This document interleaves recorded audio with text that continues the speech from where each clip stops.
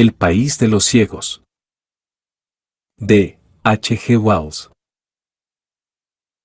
A casi 500 kilómetros del Chimborazo, a 160 de las nieves del Cotopaxi, en los yermos más agrestes de los Andes ecuatorianos, se extiende un misterioso valle montañoso, aislado del mundo de los hombres, que llaman el país de los ciegos. Hace muchos años el valle era lo bastante accesible como para que los hombres pudieran llegar a él salvando vertiginosos desfiladeros y cruzando un puerto de montaña helado hasta llegar a sus prados templados. Y así es como llegó allí una familia de mestizos peruanos que huía de la lujuria y la tiranía de un malvado gobernador español. Fue entonces cuando se produjo el tremendo estallido del Mindobamba, que hizo caer la noche sobre Quito durante 17 días y provocó que hirvieran las aguas del Yaguachi y que todos los peces flotaran muertos hasta Guayaquil. Por toda la vertiente occidental hubo corrimientos de tierras, deshielos repentinos e inundaciones inesperadas, y todo un lado de la cima del viejo Arauca se desprendió y cayó con estruendo, dejando el país de los ciegos fuera del alcance de las exploraciones de los hombres. Y resultó que uno de aquellos primeros colonos estaba por casualidad al otro lado de los desfiladeros cuando el mundo experimentó aquel terrible temblor, de modo que se vio obligado a olvidarse de su mujer, de su hijo y de todos los amigos y posesiones que había dejado allí arriba, para empezar una nueva vida en el mundo de abajo. Y empezó de nuevo, sí, pero enfermo. Se quedó ciego y murió por culpa de las terribles condiciones de trabajo en las minas. Pero la historia que contó generó una leyenda que todavía hoy sobrevive a lo largo de las cordilleras de los Andes.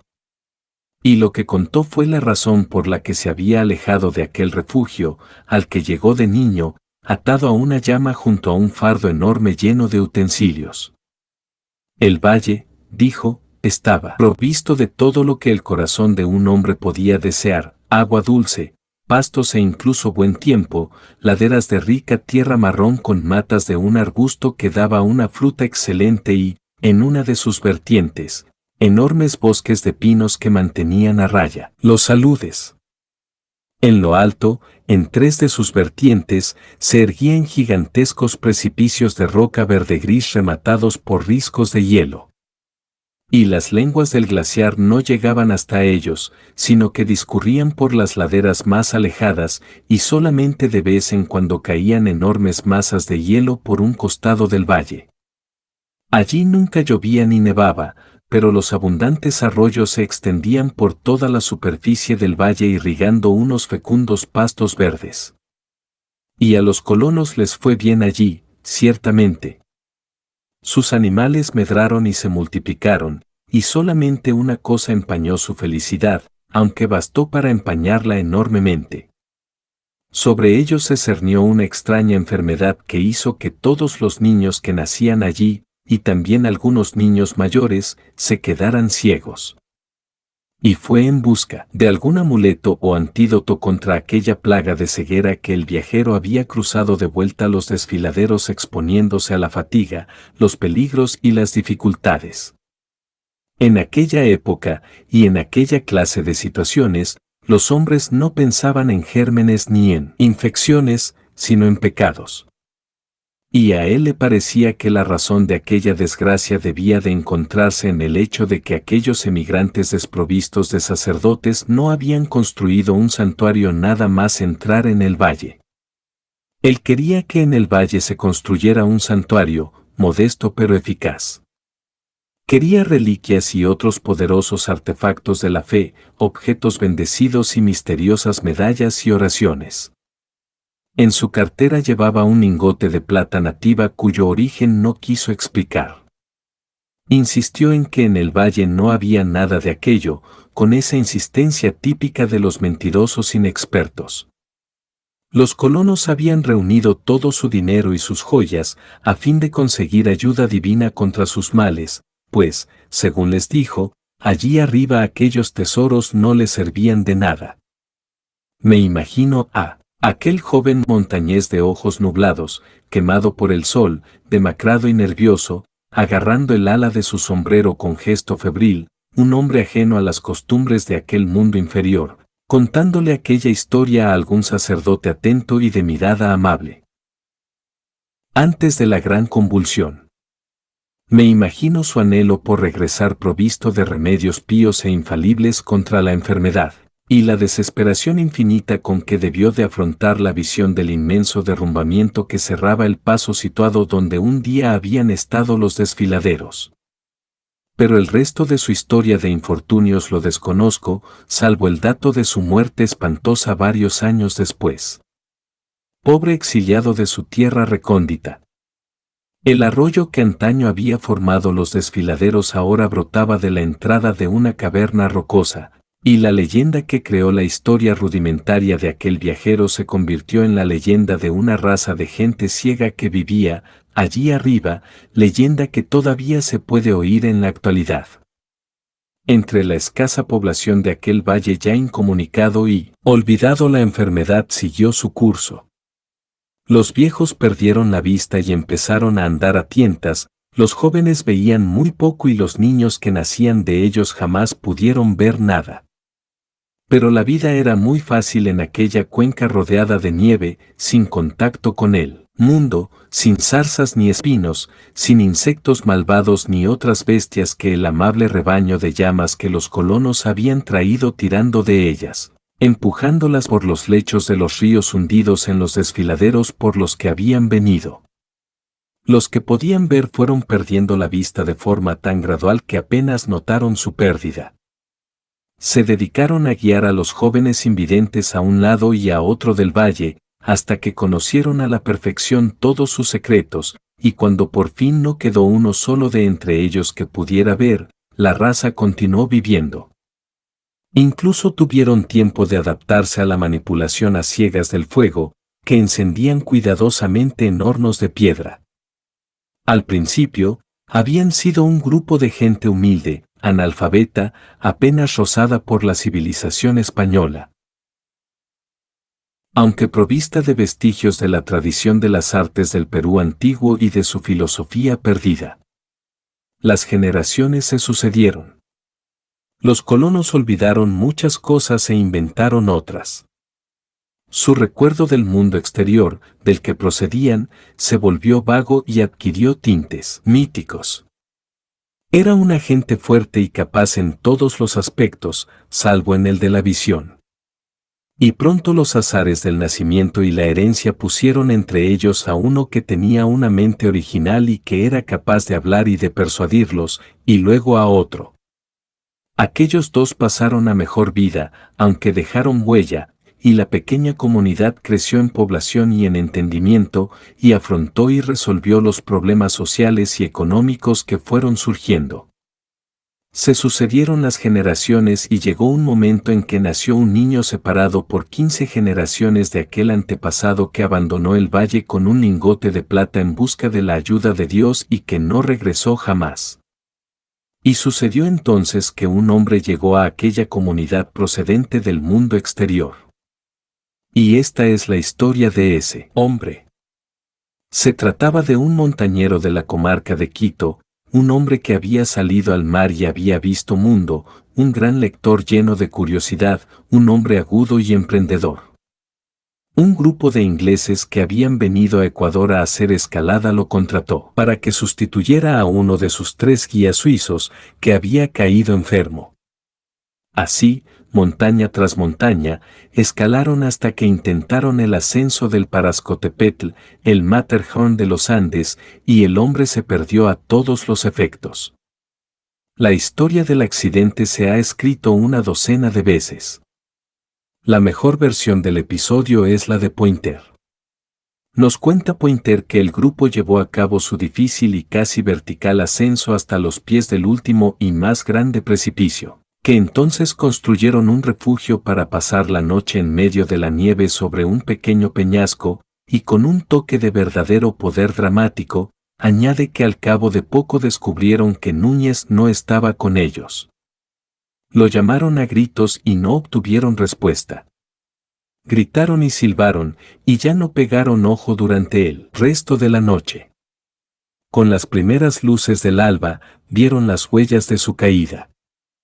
Parecía imposible que no hubieran oído ruido alguno. Había resbalado hacia el este, en dirección al lado desconocido de la montaña.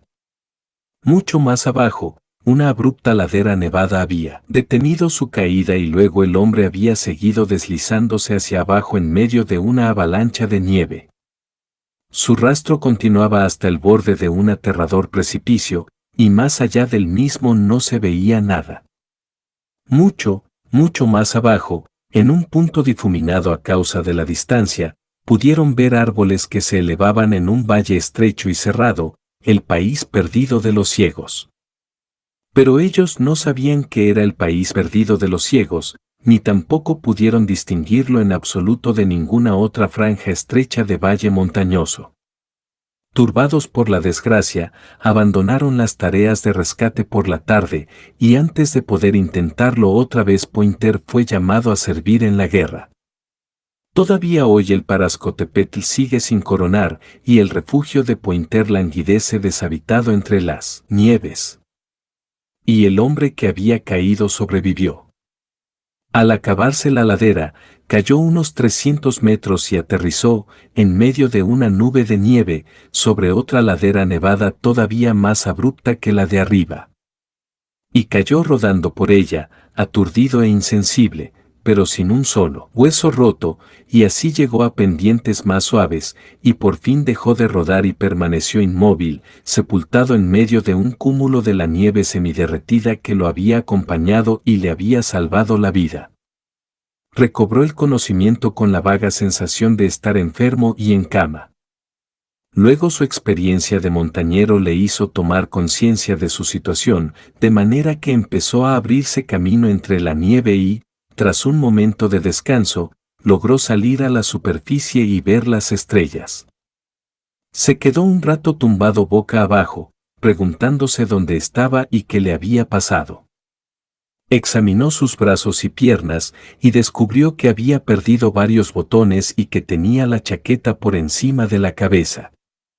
Le había saltado el cuchillo del bolsillo y tampoco tenía ya el sombrero, a pesar de que lo llevaba atado por debajo de la barbilla. Recordó que había estado buscando piedras para levantar su parte de la pared del refugio. El piolet también había desaparecido. Imaginó que había perdido pie y que se había precipitado montaña abajo, y levantó la vista para hacerse una idea de la tremenda caída libre que había protagonizado, exagerada ahora por la luz fantasmal de la luna que ascendía por el cielo. Pasó un rato tumbado, mirando con cara inexpresiva aquella enorme mole blanquecina que se cernía sobre su cabeza y asomaba por momentos de debajo de una marea menguante de oscuridad. Su belleza fantasmagórica y misteriosa lo cautivó durante un buen rato y después fue presa de un paroxismo de carcajadas y sollozos. Tras un largo intervalo de tiempo, se dio cuenta de que estaba cerca del borde inferior de la nieve. Más abajo, al final de lo que ahora era una pendiente practicable iluminada por la luna, divisó un contorno oscuro e irregular de hierba salteada de rocas. Se incorporó con esfuerzo, con todos los miembros y articulaciones doloridos, y se alejó con dificultad de la nieve que tenía amontonada alrededor. Descendió hasta alcanzar la hierba y, una vez allí, se dejó caer junto a una roca de gran tamaño, dio un trago largo a la petaca que llevaba en el bolsillo interior y se quedó dormido al instante. Lo despertó el canto de los pájaros en los árboles de más abajo. Se incorporó y vio que estaba en un pequeño barranco al pie de un gigantesco precipicio, donde todavía podía verse el surco que habían trazado en su caída él y el cúmulo de nieve que lo acompañaba. Justo delante se levantaba contra el cielo otra pared de piedra. El desfiladero que quedaba entre ambos precipicios se extendía hacia el este y el oeste y estaba bañado por el sol de la mañana, que proyectaba hacia poniente su luz sobre la montaña de rocas desprendidas que bloqueaba el desfiladero hundido. Por debajo de él parecía abrirse un precipicio igual de abrupto, pero detrás de la nieve del surco encontró una especie de abertura parecida a una chimenea por la que un hombre desesperado podía aventurarse. Le resultó más fácil de lo que había creído en un principio, y así llegó a otro barranco desolado, y tras trepar por unas rocas que no presentaban ninguna dificultad especial, llegó a una ladera poblada de árboles. Cogió sus cosas y se volvió hacia el desfiladero, pues vio que desembocaba en unos pastos verdes entre los cuales pudo vislumbrar ahora con claridad un grupo de cabañas de piedra construidas en un estilo desconocido.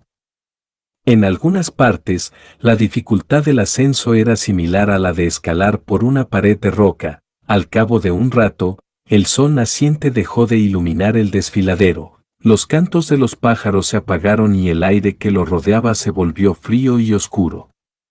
Pero el valle lejano con sus casas parecía todavía más luminoso. Por fin llegó a un talud, y se fijó, pues era un hombre observador, en que entre las rocas había un helecho insólito que parecía agarrar las grietas con unas manos verdes y fuertes.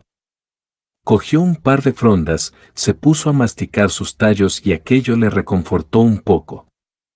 Hacia el mediodía salió por fin de la garganta.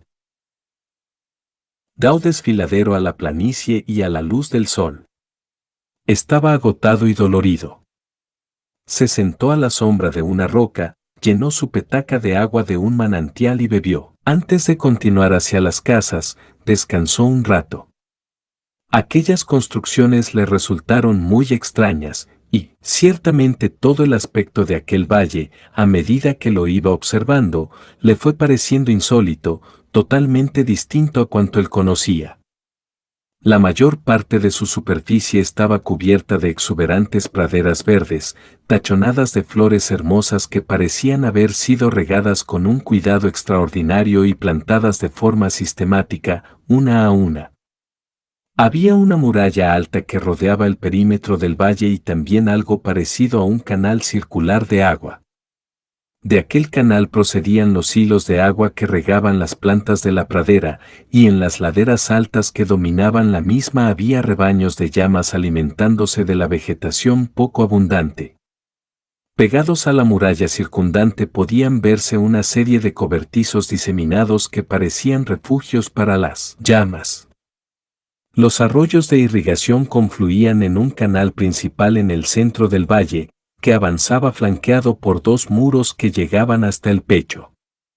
Aquello le daba un aspecto singularmente urbano a aquel lugar aislado, impresión que se acentuaba por el hecho de que una serie de caminos pavimentados con piedras negras y blancas, cada uno con una especie de curiosa acera de pequeño tamaño al lado, iban de un lado para otro formando una parrilla ordenada. Las casas del poblado central no se parecían en nada a las aglomeraciones espontáneas y desordenadas de las aldeas que él conocía en las montañas. Formaban hileras simétricas a ambos lados de una calle central asombrosamente limpia. De vez en cuando, se abría una puerta en medio de sus fachadas multicolores, pero ni una sola ventana interrumpía la superficie continua de sus paredes. Las casas eran multicolores y de una forma curiosamente irregular, pues estaban embadurnadas de una especie de yeso que a veces era gris, a veces de color parduzco y a veces de color pizarra o marrón oscuro. Y fue la imagen de aquel remozado descabellado lo que primero despertó la idea de la ceguera en la mente del explorador. El buen hombre que hizo eso, pensó, debía de estar más ciego que un topo. Descendió por una cuesta que lo llevó hasta la muralla y el canal que recorrían el valle, cerca de donde este último vertía su excedente de agua en las profundidades del desfiladero formando una cascada que era poco más que un hilo escaso y tembloroso de agua.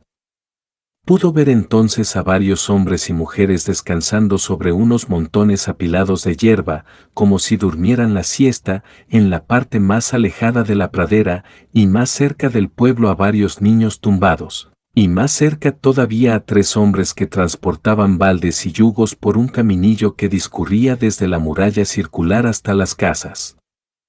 Estos últimos iban vestidos con ropa de lana de llama y botas y cinturones de cuero, y llevaban gorros de tela con orejeras y ala trasera. Iban uno detrás de otro en fila india, caminando despacio y bostezando mientras andaban, como hombres que han pasado la noche en blanco. En su porte había algo tan tranquilizadoramente próspero y respetable que, tras un momento de vacilación, Núñez se inclinó hacia adelante sobre la roca en que estaba, intentando llamar la atención, y soltó un fuerte grito que arrancó ecos por todo el valle.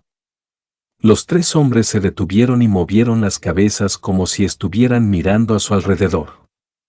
Volvieron la cabeza a un lado y a otro, y Núñez gesticuló ampliamente. Sin embargo, a pesar de todos sus gestos, ellos no parecieron verlo, y al cabo de un rato, dirigiéndose hacia las montañas que quedaban más a la derecha, se pusieron a gritar como si trataran de responder.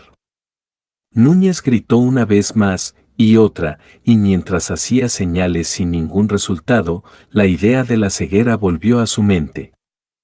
Esos desgraciados deben de estar ciegos.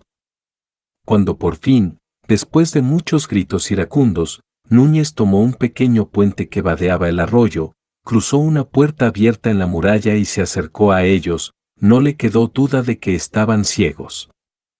Ni de que aquel sitio era el país de los ciegos del que hablaban las leyendas. Había brotado en él la certeza, y junto a la misma una sensación de aventura fantástica y envidiable. Los tres hombres permanecían uno junto al otro, sin mirarlo, aunque dirigían hacia él sus oídos y lo examinaban mediante el ruido de sus pasos poco familiares. Estaban muy juntos y parecían asustados, y vio que tenían los párpados cerrados y hundidos, como si se les hubieran marchitado los globos oculares. En las caras tenían una expresión cercana al respeto reverencial. Un hombre, dijo uno de ellos en un español apenas reconocible. Es un hombre, o tal vez un espíritu, que ha venido de las rocas. Pero Núñez avanzó con los pasos confiados de un joven que acaba de entrar en la vida. Todas las viejas historias del Valle Perdido y del País de los Ciegos le volvieron a la mente, y mezclado entre sus pensamientos discurría un viejo proverbio, como el estribillo de una canción: en el País de los Ciegos, el tuerto es el rey. En el País de los Ciegos, el tuerto es el rey. Y con mucha cortesía, los saludó. Habló con ellos y los miró atentamente. ¿De dónde viene el hombre, hermano Pedro?, preguntó uno. Viene de las rocas. Vengo de las montañas, dijo Núñez, de la tierra que hay más allá, donde los hombres pueden ver. De cerca de Bogotá, donde hay cientos de miles de personas y donde la ciudad se extiende más allá de lo que abarca la vista. ¿La vista?, murmuró Pedro. ¿La vista? Viene, dijo el segundo ciego, de las rocas. Núñez vio que la tela de sus chaquetas estaba fabricada de forma curiosa y que en cada una se había usado un tipo de costura distinto. Entonces lo sobresaltaron acercándose a él de forma simultánea, con las manos extendidas. Él retrocedió para apartarse del avance de aquellos dedos extendidos. Acércate, dijo el tercer ciego, siguiendo sus movimientos y agarrándolo con habilidad. A continuación, sujetaron a Núñez y se dedicaron a palparlo, y no dijeron ni una palabra más hasta que hubieron terminado.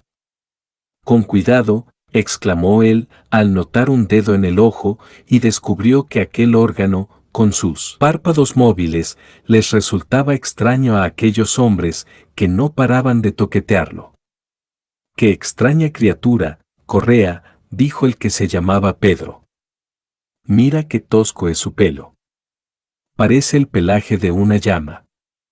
Tosco es, como las rocas que lo han alumbrado, dijo Correa, palpando la barbilla sin afeitar de Núñez con una mano suave y ligeramente húmeda.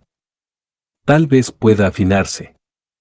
Núñez forcejeó un poco bajo sus manos, pero ellos lo sujetaron con firmeza. Con cuidado, dijo otra vez. Habla, dijo el tercer hombre. Está claro que es un hombre. Ay, dijo Pedro al palpar la aspereza de su chaqueta. ¿Y has venido al mundo?, le preguntó Pedro. Vengo del mundo. cruzando montañas y glaciares.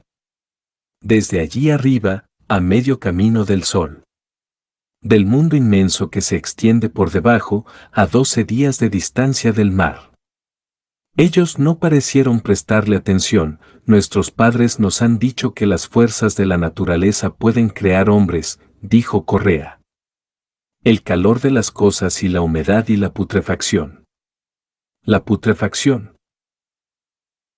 Llevémoslo con los ancianos, dijo Pedro. Primero gritad, dijo Correa, para que no se asusten los niños. Este es un momento maravilloso. Así que gritaron, y Pedro se puso en cabeza y cogió a Núñez de la mano para llevarlo a las casas. Él apartó la mano. Puedo ver, dijo. Ver. Dijo Correa. Sí, ver, dijo Núñez, volviéndose hacia él y tropezando con el balde que llevaba Pedro. Sus sentidos todavía son imperfectos, dijo el tercer ciego. Tropieza y dice palabras sin significado. Cogedlo de la mano. Como queráis, dijo Núñez, y se dejó llevar, riendo. Parecía que no sabían nada de la visión. Bueno, ya se lo enseñaría a su debido tiempo.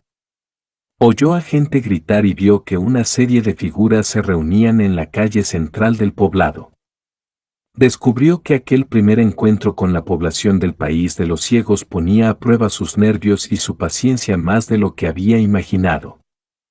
El lugar parecía más grande ahora que lo veía de cerca, las manchas de yeso resultaban más extrañas todavía y una multitud de niños, hombres y mujeres, le agradó percibir. Que algunas de las chicas y las mujeres tenían caras bastante bonitas a pesar de los ojos cerrados y hundidos, se acercaron a él, agarrándolo, palpándolo con manos suaves y sensibles, oliéndolo y escuchando todo lo que decía. Algunas de las muchachas y las criaturas, sin embargo, se mantuvieron apartadas, como si tuvieran miedo, y ciertamente su voz resultaba tosca y brusca en comparación con los timbres más suaves de ellos. Lo estaban asediando. Sus tres guías se mantenían a su lado con ademanes de propietarios y no paraban de decir, un hombre salvaje venido de las rocas. De Bogotá, decía él. De Bogotá. Más allá de las cordilleras. Un hombre salvaje, que usa palabras salvajes, dijo Pedro. ¿Habéis oído eso? Bogotá. Su mente apenas está formada. Todavía está aprendiendo a hablar. Un niño le pellizcó la mano. Bogotá. Dijo en tono de burla. Ay, Bogotá es una gran ciudad comparada con vuestro poblado. Vengo del mundo exterior, donde los hombres tienen ojos y ven. Se llama Bogotá, dijeron. Ha tropezado, dijo Correa. Ha tropezado 2 veces mientras lo traíamos. Llevadlo con los ancianos. Y sin más preámbulos, lo empujaron por una puerta a una habitación oscura como la boca de un lobo, salvo por un fuego que brillaba tenue al fondo. La multitud se agolpó detrás de su espalda y tapó casi por completo la luz del día, y antes de poder frenar su avance, Núñez cayó de cabeza sobre los pies de un hombre sentado. Su brazo, extendido, también golpeó la cara de alguien al caer. Sintió el impacto de los rasgos blandos de alguien, oyó un grito de rabia y durante un momento forcejeó con un montón de manos que lo agarraban. Fue una pelea en una sola dirección. Por fin cobró conciencia de la situación y se quedó quieto. Me he caído, dijo. No veo nada de tan oscuro que está esto. Se hizo el silencio, como si la gente invisible que estaba con él intentara entender sus palabras. Luego la voz de Correa dijo, es una persona recién formada. Tropieza al andar y mezcla palabras que no significan nada con lo que dice. Otras personas dijeron más cosas sobre el que no oyó bien o no entendió. ¿Puedo incorporarme? Dijo, después de una pausa. No volveré a forcejear. Lo consultaron y le dejaron levantarse. La voz de uno de los ancianos le empezó a interrogar, y Núñez se encontró a sí mismo intentando explicar el ancho mundo del que había caído, el cielo y las montañas, la visión y otros prodigios como aquellos, al grupo de ancianos que permanecían sentados en la oscuridad en el país de los ciegos. Y ellos se negaron a creer o entender nada de lo que les dijo, algo que él no había esperado. Ni siquiera comprendieron muchas de sus palabras. Durante 14 generaciones, aquella gente había estado ciega y aislada del mundo de los videntes. Los nombres de todas las cosas alusivas a la visión se habían olvidado y habían cambiado. La historia del mundo exterior se había difuminado hasta convertirse en un cuento para niños. Y por fin había dejado de importarles todo lo que hubiera más allá de las laderas de piedra que se elevaban al otro lado de la muralla que los rodeaba. Entre ellos habían surgido hombres ciegos llenos de ingenio que cuestionaron los restos de fe y de tradición que habían traído consigo de sus días como videntes, y aquellos hombres desdeñaron todas aquellas cosas como fantasías caprichosas y las reemplazaron por explicaciones nuevas y más sensatas. Gran parte de su imaginación se había marchitado junto con sus ojos, y luego habían construido imaginaciones nuevas a la medida de sus cada vez más sensibles oídos y yemas dactilares. Lentamente, Núñez se dio cuenta de una cosa: el asombro y la reverencia que esperaba que aquella gente mostrara ante su origen y sus dones no iban a producirse. Y después de que su pobre intento de explicarles la visión hubiera sido desdeñado como el relato confuso de un ser recién creado que intentaba describir sus sensaciones incoherentes, acabó por resignarse, un poco decepcionado, a escuchar sus instrucciones. El más anciano de los ciegos le explicó la vida, la filosofía y la religión, y le contó que el mundo, es decir, su valle, había sido primero una hondonada vacía entre las rocas, y que luego habían aparecido en primer lugar las cosas inanimadas que carecían del don del tacto, luego las llamas y otras pocas criaturas que tenían poco entendimiento, luego los hombres y por fin los ángeles, a los que se oía cantar y batir las alas, pero a quienes nadie podía tocar, algo que desconcertó mucho a Núñez hasta que se dio cuenta de que podía referirse a los pájaros. El anciano siguió contándole a Núñez que el tiempo había sido dividido en calor y frío, que son los equivalentes ciegos del día y la noche, y que era bueno dormir durante el calor y trabajar durante el frío, de forma que ahora, si no fuera por su llegada, todo el poblado de los ciegos estaría durmiendo. Dijo que Núñez debía de haber sido creado especialmente para entender la sabiduría que ellos habían adquirido y para servirles, y que a pesar de toda su incoherencia mental y sus tropezones tenía que ser valiente y hacer lo posible por aprender. Al oír aquello, toda la gente que estaba en la puerta emitió murmullos de aprobación. Dijo que la noche, porque los ciegos llaman noche a su día, ya estaba tocando a su fin, y que ahora todos debían irse a dormir. Le preguntó a Núñez si sabía dormir y Núñez dijo que sí, pero que antes de dormir quería comer. Le trajeron comida, leche de llama en un cuenco y un pan salado y tosco, y lo llevaron a un sitio apartado para que comiera donde ellos no pudieran oírlo. Luego se marcharon a dormir hasta que el frío del anochecer en el valle los despertara y marcara el inicio de su nueva jornada.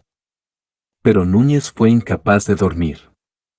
En lugar de eso, se quedó sentado en el mismo sitio donde lo habían dejado, descansando brazos y piernas y dándole vueltas y más vueltas en la cabeza a las circunstancias imprevistas de su llegada. De vez en cuando se reía, a veces divertido y a veces indignado. Mente sin formar, dijo. Con que no tengo sentidos. No imaginan que han estado insultando a su rey y amo enviado por el cielo. Ya veo que me veré obligado a hacerles entrar en razón. Tengo que pensar, tengo que pensar. Seguía pensando cuando se puso el sol.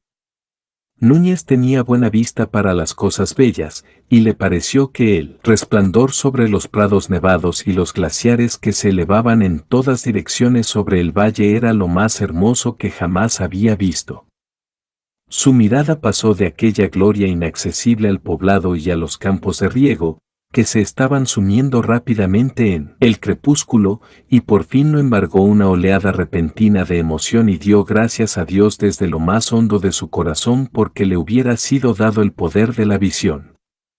Oyó que lo llamaba una voz desde el poblado.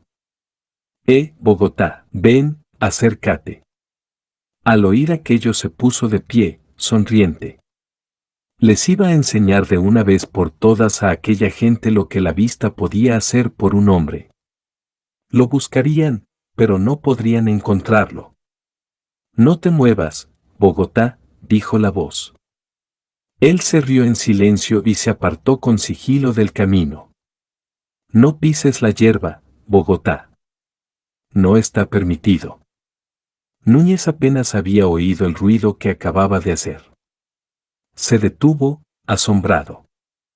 El propietario de la voz llegó corriendo hasta donde él estaba por el camino de baldosas blancas y negras.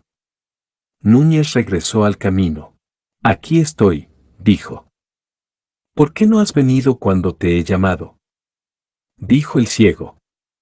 ¿Es que tengo que llevarte como a un niño? ¿No oyes el camino cuando andas? Núñez se rió. Lo veo, dijo. No existe la palabra, veo, dijo el ciego después de una pausa. Déjate de locuras y sigue el ruido de mis pies. Núñez lo siguió, un poco molesto. Ya llegará mi hora, dijo. Aprenderás, respondió el ciego. El mundo está lleno de cosas que aprender. ¿Es que nadie te ha dicho que, en el país de los ciegos el tuerto es el rey? ¿Qué quiere decir, ciegos? Preguntó el ciego en tono distraído y sin mirar atrás. Pasaron 4 días y el quinto encontró al rey de los ciegos todavía de incógnito, como un extraño torpe e inútil entre sus súbditos. Descubrió que resultaba mucho más difícil de lo que había supuesto proclamarse rey a sí mismo, y entretanto, mientras meditaba su golpe de estado, se dedicó a hacer lo que le decían y a aprender los modales y las costumbres del país de los ciegos. Trabajar y vivir de noche le resultaba particularmente irritante, así que decidió que aquella sería una de las primeras cosas que cambiaría. Aquella gente llevaba una vida sencilla y laboriosa, con todos los elementos de la virtud y la felicidad tal como éstas pueden ser entendidas por los hombres. Se esforzaban, pero no más de lo necesario. Tenían suficiente comida y ropa para vivir holgadamente. Disfrutaban de días y temporadas de descanso. Valoraban mucho la música y las canciones. Y entre ellos había amor y criaturas. Resultaba maravillosa la confianza y precisión con que se movían por su mundo tan ordenado. Todo estaba ideado para ajustarse a sus necesidades. Cada uno de los senderos radiales que recorrían el valle mantenía un ángulo constante con los demás y se distinguía por unas muescas especiales en su acera. Hacía mucho tiempo que se había eliminado todo obstáculo o irregularidad de los caminos o del prado. Todos sus métodos y procedimientos derivaban naturalmente de sus necesidades especiales. Sus sentidos se habían vuelto prodigiosamente agudos. Eran capaces de oír y analizar el más pequeño gesto de un hombre a una docena de pasos de distancia, podían oír incluso los latidos de su corazón. Entre ellos hacía mucho tiempo que la entonación había reemplazado a las expresiones faciales y el contacto físico a los gestos, y su trabajo con la azada, la pala y la horca era tan libre y seguro como el trabajo de cualquier hortelano. Su sentido del olfato era extraordinariamente agudo. Podían distinguir las diferencias individuales en la misma medida que los perros, y se ocupaban de las llamas, que vivían entre las rocas altas y bajaban a la muralla en busca de comida y refugio, con facilidad y confianza.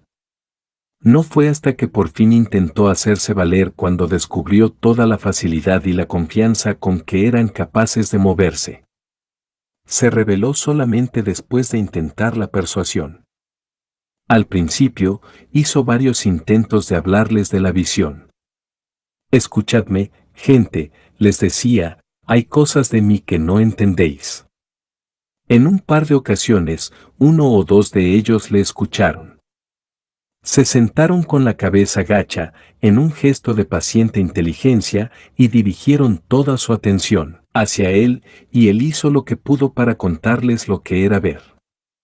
Entre quienes le escucharon había una chica que tenía los párpados menos rojos y hundidos que los de los demás, de forma que casi daba la impresión de que estaba escondiendo sus ojos, y a ella tenía más ganas de convencerla que a nadie.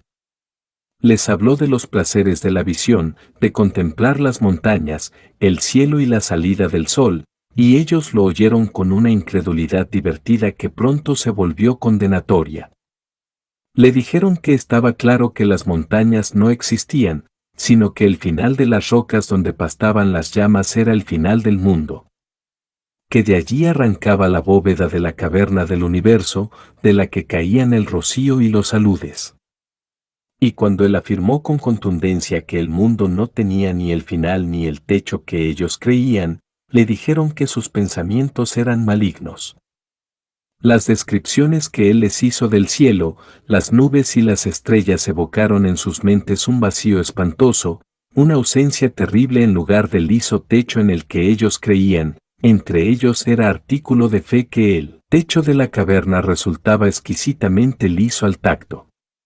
Vio que en cierto sentido los estaba escandalizando, y renunció por completo a aquel aspecto de la cuestión para enseñarles el valor práctico de la vista.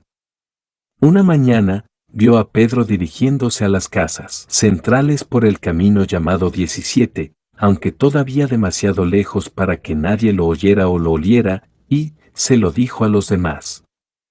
Dentro de un momento, profetizó, Pedro estará aquí. Un anciano comentó que Pedro no tenía nada que hacer en el camino 17, y como si quisiera confirmar la aseveración del anciano, aquel dobló una esquina y se empezó a alejar transversalmente por el camino número 10, dirigiéndose con paso ágil hacia la pared exterior. Los demás se burlaron de Núñez cuando Pedro no llegó, y más tarde, cuando Núñez interrogó a Pedro para solventar la cuestión, éste lo negó todo y le plantó cara, y más tarde se mostró hostil con él. Luego intentó persuadirlos para que lo dejaran subir un trecho por los prados hasta la muralla con una persona bien dispuesta. Y prometió describirle a ésta todo lo que pasara entre las casas. Él percibía sus idas y venidas, pero las únicas cosas que parecían importar a aquella gente, las únicas cosas que elegían para ponerle a prueba, tenían lugar dentro o detrás de sus casas sin ventanas, y, lógicamente, él no podía ver aquellas cosas ni decir nada de ellas. Fue después del fracaso de aquel intento, tras las burlas que ellos no pudieron reprimir, cuando recurrió a la fuerza. Se le ocurrió agarrar una pala y derribar a golpes a un par de ellos para demostrar la ventaja de tener ojos en un combate justo, y fue entonces cuando descubrió que le resultaba imposible golpear a un ciego a sangre fría. Vaciló y comprobó que todos se habían dado cuenta de que había agarrado la pala. Estaban alertas, con las cabezas inclinadas a un lado y los oídos orientados en su dirección para averiguar qué iba a hacer a continuación. «Deja esa pala», le dijo uno, y él sintió una especie de horror impotente. Estuvo a punto de obedecer. Luego empujó a otro hacia atrás contra la pared de una casa y echó a correr, hasta salir del poblado. Cruzó uno de los prados de punta a punta, dejando un rastro de hierba pisoteada detrás de sí, y por fin se sentó junto al margen de uno de los caminos. Notaba algo de esa excitación que sienten todos los hombres al principio de una pelea, pero al mismo tiempo se sentía perplejo. Empezó a darse cuenta de que ni siquiera se puede pelear felizmente con criaturas que siguen una lógica mental distinta a la de uno. A lo lejos vio a un grupo de hombres salir de la calle donde estaban las casas armados con palas y palos y avanzar hacia él en una línea cada vez más amplia por los distintos caminos. Avanzaban despacio, hablando a menudo entre ellos, y de vez en cuando todo el cordón se paraba para olisquear el aire y escuchar. La primera vez que hicieron aquello, Núñez se rió. Pero ya no volvió a reírse. Uno de ellos encontró su rastro en la hierba de la pradera y empezó a avanzar encorvado y palpando la hierba pisada. Él se pasó 5 minutos observando el lento avance del cordón, hasta que por fin su débil inclinación a hacer algo de inmediato se volvió frenética. Se puso de pie, dio un par de pasos hacia la muralla circular, dio la vuelta y retrocedió un poco. Allí estaban todos, en formación de media luna, quietos y escuchando. Él también se quedó quieto, agarrando la pala con fuerza con las 2 manos. ¿Debería tal vez cargar contra ellos? La sangre le latía en los oídos al ritmo de la frase, en el país de los ciegos, el tuerto es el rey. ¿Debería cargar contra ellos? Miró la muralla alta e imposible de escalar que tenía a su espalda, imposible de escalar por culpa de la superficie lisa de yeso, y sin embargo provista de muchas puertecitas, y luego volvió a observar la línea cada vez más cercana de rastreadores. Detrás de ellos había más hombres saliendo ahora de la calle de las casas. ¿Debería cargar contra ellos? Bogotá. Lo llamó uno.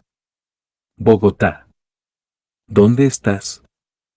Él agarró su pala con más fuerza y avanzó por los prados hacia la zona habitada, y nada más moverse ellos lo rodearon. Si me tocan los mato, se juró a sí mismo. Por Dios que lo haré. Golpearé. Y en voz alta exclamó. Escuchadme. Voy a hacer lo que quiera en este valle. ¿Me oís? Voy a hacer lo que quiera y voy a ir a donde quiera. Se estaban acercando a él deprisa, andando a tientas pero aún así con rapidez. Era como jugar a la gallina ciega salvo por el hecho de que en este caso todo el mundo tenía los ojos vendados excepto uno. «Cogedlo», gritó uno, y Núñez se encontró de repente en el centro de una curva abierta de perseguidores. Sintió que debía pasar a la acción de forma resuelta. «No lo entendéis», exclamó con una voz que intentaba ser grandiosa y firme pero que le falló. «Vosotros estáis ciegos y yo puedo ver. Dejadme en paz». Bogotá. Deja esa pala y sal de la hierba. Aquella última orden, grotesca por su cercanía a la civilización, produjo en él un estallido de furia. «Os voy a hacer daño», dijo, sollozando. «Por Dios bendito, os voy a hacer daño. Dejadme en paz». Echó a correr sin saber muy bien a dónde. Corrió para alejarse del ciego que más cerca estaba de él, puesto que golpearlo le parecía algo horrible. Se detuvo e intentó zafarse de las filas que se cerraban en torno a él. Se dirigió hacia un punto en que se abría un hueco lo bastante amplio, pero los hombres que estaban a los lados del mismo percibieron rápidamente la dirección de sus pasos y le cerraron el paso. Él se abalanzó hacia adelante, vio que lo iban a coger y, dio un golpe con la pala. Sintió el impacto blando contra una mano y un brazo, y el hombre se desplomó con un aullido de dolor, dejándolo pasar. Y pasó. Y entonces volvió a estar cerca de la calle de las casas, y más ciegos armados con estacas y palas corrían ahora de un lado para otro maniobrando con una sorprendente sincronización. Oyó pasos a su espalda justo a tiempo, y vio que un hombre alto se abalanzaba sobre él con los brazos extendidos, guiado por el ruido. Perdió los nervios, tiró la pala a 1 metro de su adversario, giró sobre sus talones y huyó. A punto estuvo de gritar mientras eludía a otro. Ahora era presa del pánico. Corrió con furia de un lado a otro, esquivando cuando no hacía falta esquivar y tropezando por culpa de su ansia por mirar en todas direcciones a la vez. Ellos habían oído su caída y él permaneció un instante en el suelo.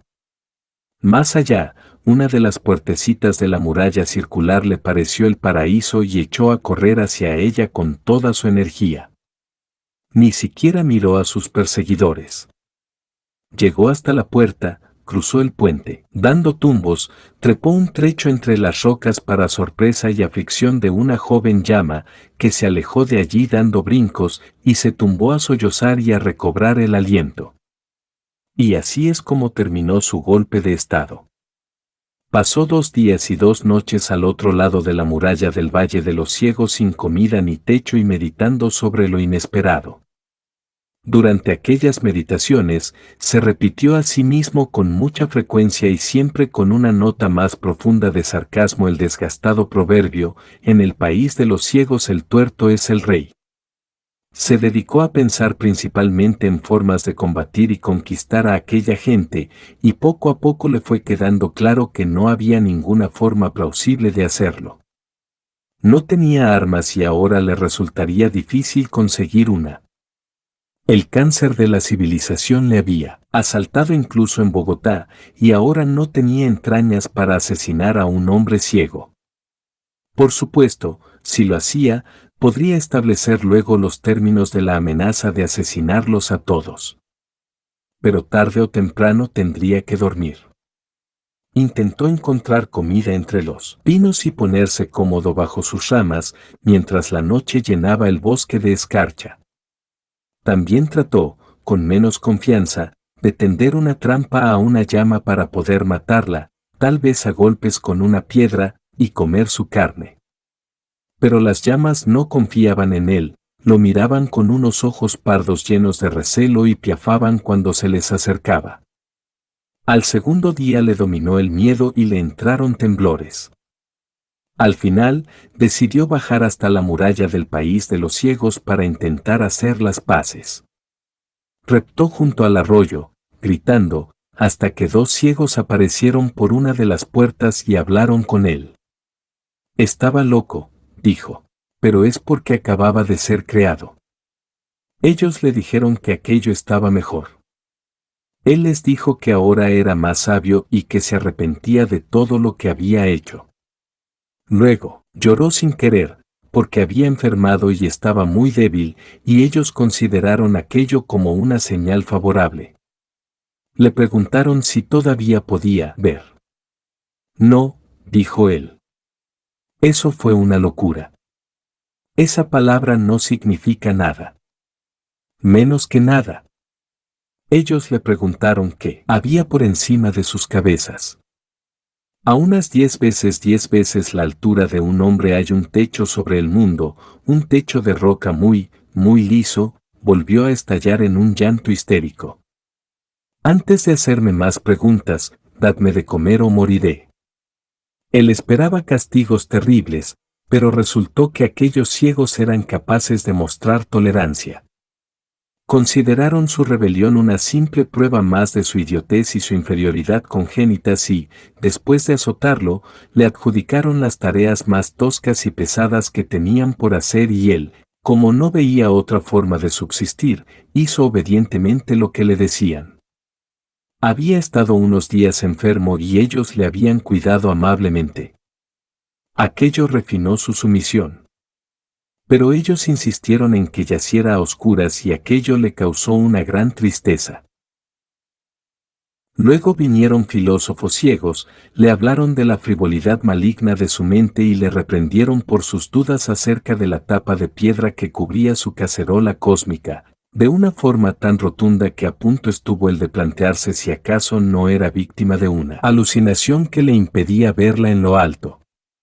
Y así es como Núñez se convirtió en ciudadano del país de los ciegos, y aquella gente dejó de ser para él un simple colectivo y se convirtieron en individuos familiares a medida que el mundo de más allá de las montañas se iba volviendo más y más remoto e irreal. Estaba Jacob, su amo, un hombre amable cuando no lo hacían enfadar. Estaba Pedro, el sobrino de Jacob. Y estaba Medina Saroté, que era la hija pequeña de Jacob. Se trataba de una chica poco apreciada en el mundo de los ciegos porque tenía unos rasgos excesivamente marcados y carecía de aquella lisura reluciente y satisfactoria que era el ideal de belleza femenina de los ciegos. Pero a Núñez le pareció hermosa desde el principio, y con el tiempo le acabó pareciendo la cosa más hermosa del mundo. Sus párpados cerrados no estaban rojos ni hundidos como era común en el valle, sino que parecía que pudieran abrirse en cualquier momento.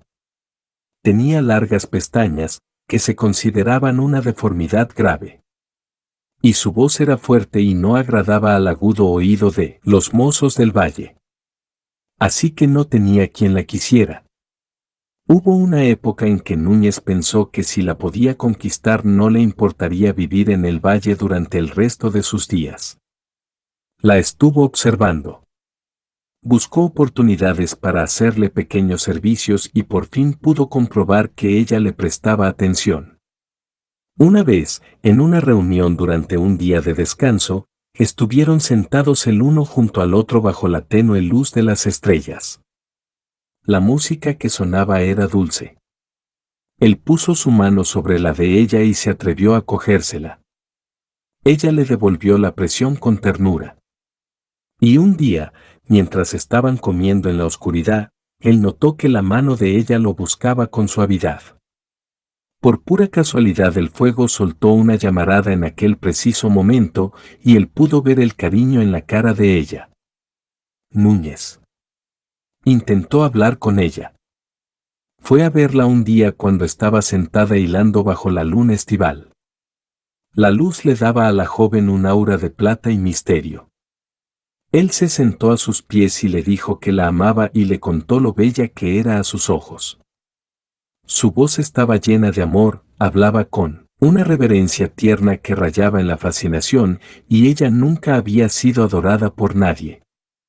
La joven no le dio ninguna respuesta definitiva, pero estaba claro que sus palabras le habían agradado. Después de aquello hablaba con ella siempre que tenía oportunidad. El valle se convirtió para él en el mundo, y el mundo de más allá de las montañas donde los hombres vivían bajo la luz del sol no le parecía más que un cuento de hadas que algún día le contaría a Medina Saroté. Con mucha timidez y de forma vacilante le habló de la visión. A ella la visión le pareció la más poética de las fantasías, y escuchó su descripción de las estrellas y las montañas y de su propia belleza iluminada por la luna como si todo aquello no fuera más que un inocente pecado. No lo creyó, y apenas lo pudo entender, pero se sintió misteriosamente complacida y a él le dio la impresión de que lo entendía todo. El amor de él perdió en fascinación y ganó en valentía. Al final quiso pedirla en matrimonio a Jacob y a los ancianos, pero a ella le entró el miedo y empezó a postergar el momento de la petición de mano. Y fue una de las hermanas mayores de ella la que le contó a Jacob que Medina Saroté y Núñez estaban enamorados. Desde el principio hubo una gran oposición a la boda de Núñez y Medina Saroté. No tanto porque la tuvieran a ella en alta estima como porque a él lo tenían marginado como a una criatura idiota e incompetente que no alcanzaba el nivel exigible en un hombre. Las hermanas de ella se opusieron con furia arguyendo que aquella boda los desacreditaría a todos. Y el viejo Jacob, aunque había llegado a apreciar en cierta manera a su torpe y obediente siervo, negó con la cabeza y dijo que aquello no era posible. A los jóvenes les enfurecía la idea de corromper la raza, y uno de ellos llegó al extremo de vilipendiar y golpear a Núñez. Él devolvió el golpe, y por primera vez pudo aprovecharse de la vista, aun a pesar del crepúsculo, y después de aquella pelea nadie volvió a levantar una mano contra él. Pero seguían considerando imposible aquel matrimonio. El viejo Jacob le tenía cariño a su hija menor, y le dolía tenerla llorando en su hombro. Pero hija mía, es un idiota. Tiene alucinaciones. No sabe hacer nada a derechas. Lo sé, lloró Medina Saroté. Pero está mejor que antes. Ha progresado. Y es fuerte, padre querido, y amable. Más fuerte y amable que ningún otro hombre en el mundo. Y me quiere. Y padre, yo también le quiero. Al viejo Jacob le afligió mucho verla tan inconsolable, y además, lo cual le afligía más todavía, Núñez le caía bien por muchas razones. Así que fue y se sentó en el consejo sin ventanas con el resto de ancianos y prestó atención al decurso de la conversación y en el momento apropiado dijo, ha progresado. Y es muy probable que llegue el día en que tenga tanto juicio como nosotros. Después de aquello uno de los ancianos, que pensaba con gran profundidad, tuvo una idea. Era el médico más ilustre del pueblo, el curandero, estaba provisto de una mente muy filosófica y creativa, y la idea de curar a Núñez de sus anormalidades le resultaba atractiva. Un día, mientras Jacob estaba presente, volvió sobre el tema de Núñez. He examinado a Bogotá, dijo. Y me parece un caso claro. Creo que es probable que podamos curarlo. En eso he confiado yo siempre, dijo el viejo Jacob. Tiene el cerebro afectado, dijo el médico ciego. Los ancianos emitieron murmullos de aprobación. ¿Y qué es lo que le afecta? Ajá, dijo el viejo Jacob. Esto, dijo el médico, respondiendo a su propia pregunta. Esas cosas extrañas llamadas ojos, que existen para causar una cavidad suave y agradable en la cara, están enfermas en el caso de Bogotá hasta el punto de afectarle al cerebro. Los tiene muy distendidos, tiene pestañas y los párpados se le mueven, de forma que tiene el cerebro en un estado de constante irritación y destrucción. Ah, sí, dijo el viejo Jacob. Sí. Y creo poder decir con certeza razonable que, para curarlo del todo, lo único que hace falta es una simple y fácil operación quirúrgica. A saber, extraer esos cuerpos irritantes. ¿Y entonces recobrará el juicio? Entonces lo recobrará por completo y será un ciudadano admirable. Gracias a Dios por la ciencia, dijo el viejo Jacob, y se dirigió de inmediato a hablarle a Núñez de aquella feliz esperanza. Pero la forma en que Núñez recibió aquella buena noticia le resultó al anciano fría y decepcionante. Da la impresión, dijo, por el tono de tu voz, que no te importa mi hija. Fue Medina Zarotela que convenció a Núñez de que se pusiera en manos de los cirujanos ciegos. Es que tú quieres, le dijo él, que pierda el don de la visión. Ella negó con la cabeza. La visión lo es todo para mí. Ella agachó más la cabeza. Existen cosas hermosas, todas las pequeñas cosas hermosas, las flores, los líquenes de entre las rocas, la ligereza y la suavidad de un trozo de piel, el cielo lejano con las nubes a la deriva. Y estás tú. Porque solamente por ti ya vale la pena ver las cosas, ver tu cara dulce y serena, tus labios amables, tus hermosas y queridas manos unidas. Son estos ojos míos los que tú te has ganado, son los mismos ojos que me atraen hacia ti lo que esos idiotas quieren. Y lo que ahora me pides es que te toque y te oiga pero no vuelva a verte. Que me ponga bajo ese techo de piedra y roca y oscuridad, ese techo horrible bajo el que vuestra imaginación camina encorvada. No, no querrás que haga eso, ¿verdad? En su seno había brotado una duda nada agradable.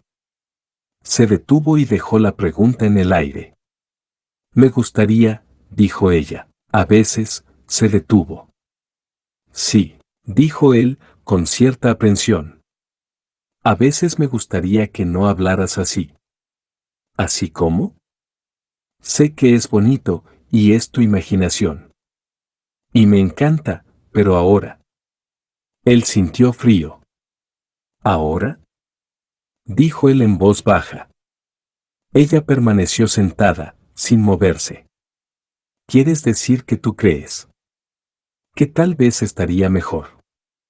Se estaba dando cuenta rápidamente de la situación. Estaba furioso, ciertamente, furioso por el siniestro rumbo de las cosas, pero también sentía lástima por la falta de comprensión de ella, una lástima que bordeaba la compasión. Querida, dijo, y pudo ver en su palidez la intensidad con que el espíritu de ella luchaba contra las cosas que no podía decir. La rodeó con los brazos, le besó la oreja y permanecieron un rato sentados en silencio. ¿Y si yo aceptara hacerlo? Dijo por fin, en tono amable. Ella le dio un abrazo, llorando desesperadamente. Oh, ojalá consintieras, dijo entre sollozos. Ojalá consintieras. En toda la semana previa a la operación que iba a ascenderlo de su servidumbre y su inferioridad al nivel de ciudadano ciego, Núñez no durmió ni un minuto. Durante todas las horas de sol, mientras los demás dormían felices, permaneció sentado meditando o bien deambulando sin rumbo, intentando concentrarse en su dilema. Había dado su respuesta, había dado su consentimiento y seguía sin estar seguro. Y por fin se terminaron los días de trabajo, un sol esplendoroso se elevó por encima de las cordilleras doradas y empezó para él su último día de visión. Tenía ahora unos pocos minutos con Medina Saroté antes de separarse para ir a dormir. Mañana, dijo, ya no veré, cariño. Contestó ella, y le cogió las manos con toda su fuerza. Solamente te dolerá un poco, dijo ella. Y todo ese dolor, cariño, lo estarás sufriendo por mí. Cariño, si el amor y la vida de una mujer pueden compensarte, yo te compensaré. Amor mío, mi amado de la voz tierna, yo te compensaré. Él estaba abrumado de lástima por sí mismo y por ella. La cogió en brazos, la besó en los labios y admiró su dulce rostro por última vez. Adiós. Le susurró a aquella amada imagen. Adiós. Y luego se alejó de ella en silencio. Ella oyó cómo se alejaban lentamente sus pasos y algo en el ritmo de estos le hizo echarse a llorar apasionadamente. Él tenía la intención de ir a algún sitio solitario donde los prados estuvieran engalanados de narcisos blancos y quedarse allí hasta que llegara la hora de su sacrificio, pero mientras andaba en aquella dirección levantó la vista y vio la mañana que le hizo pensar en un ángel ataviado con una armadura dorada, descendiendo por la ladera. Le dio la impresión de que, ante aquel esplendor, tanto él como aquel mundo ciego del valle, y en definitiva también su amor, no eran más que una cima pecaminosa. No dio media vuelta tal como había previsto en un principio, sino que continuó adelante, atravesó la muralla circular y salió a las rocas, y durante todo aquel tiempo su mirada estuvo puesta en el hielo y la nieve iluminados por el sol. Vio su belleza infinita y su imaginación voló hasta las cosas que había más allá y a las que ahora iba a renunciar para siempre.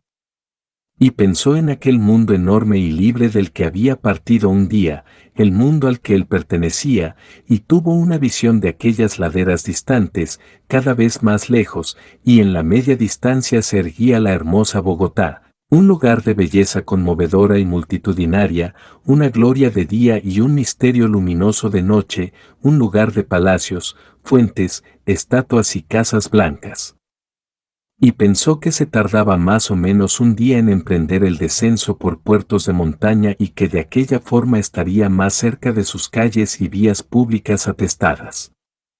Pensó en el viaje fluvial, día a día, desde la gran Bogotá hasta el mundo todavía más grande que se extendía más allá, cruzando pueblos y aldeas, bosques y yermos, día a día por el río torrencial, hasta que sus márgenes se separaran, aparecieran chapoteando los enormes barcos a vapor y pudiera llegar al mar.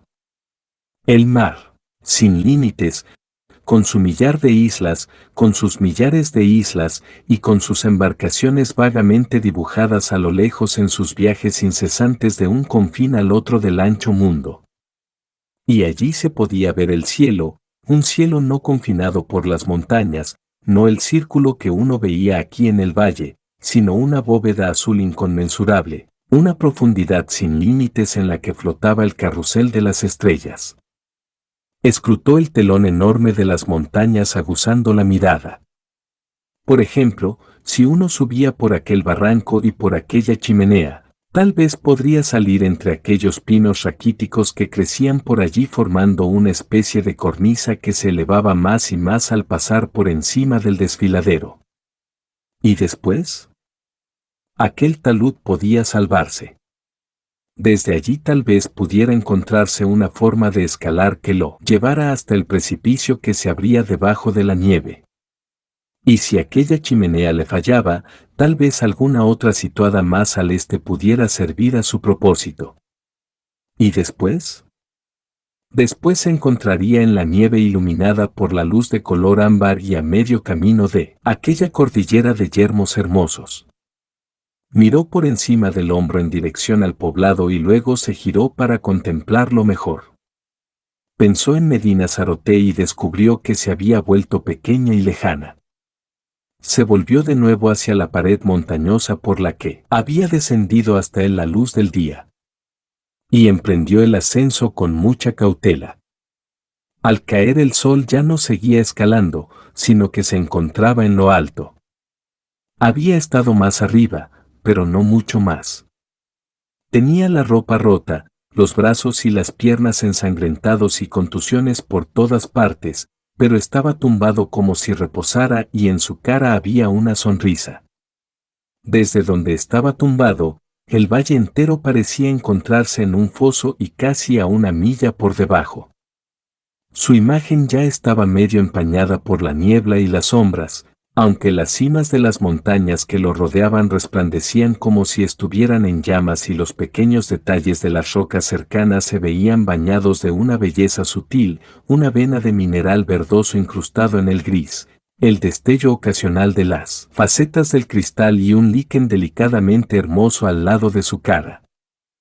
Había sombras profundas y misteriosas en el desfiladero, sombras azules que se teñían de púrpura y del púrpura pasaban a una oscuridad luminosa, y en lo alto estaba la inmensidad sin límites del cielo.